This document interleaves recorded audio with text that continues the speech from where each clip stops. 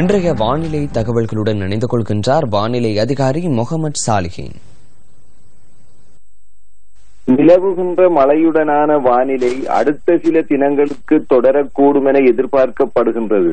வடக்கு, கிழக்கு, வடமத்திய, ஊவா மற்றும் தென் மாகாணங்களில் அடிக்கடி மழை பெய்யக்கூடும். நாட்டின் ஏனைய பிரதேசங்களில் பிற்பகல் 2 மணிக்கு பின்னர் மழை அல்லது இடியுடன் கூடிய மழை பெய்யக்கூடும்.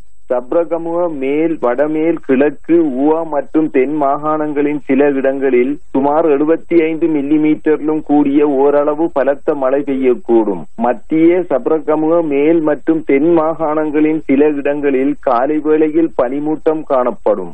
கடல் பிராந்தியங்களை பொறுத்தவரையில் நாட்டை சூழ உள்ள கடல் பிராந்தியங்களில் அடிக்கடி மழை அல்லது இடியுடன் கூடிய மழை பெய்யக்கூடும்.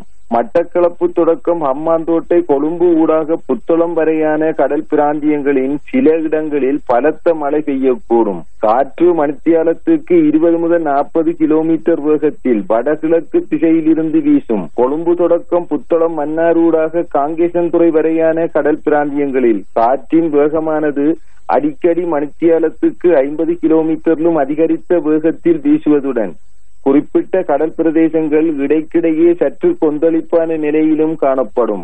இதேவேளை நாட்டை சூழ உள்ள கடல் பிராந்தியங்களில் சக்திமிக்க மேகக்கூட்டங்களின் தாக்கத்தின் விளைவாக திடீரென காற்றின் வேகமானது மணித்தியாலத்துக்கு 70 முதல் 80 கிலோமீட்டரிலும் அதிகரித்த வேகத்தில் வீசக்கூடிய சாத்தியம் காணப்படுகின்றது.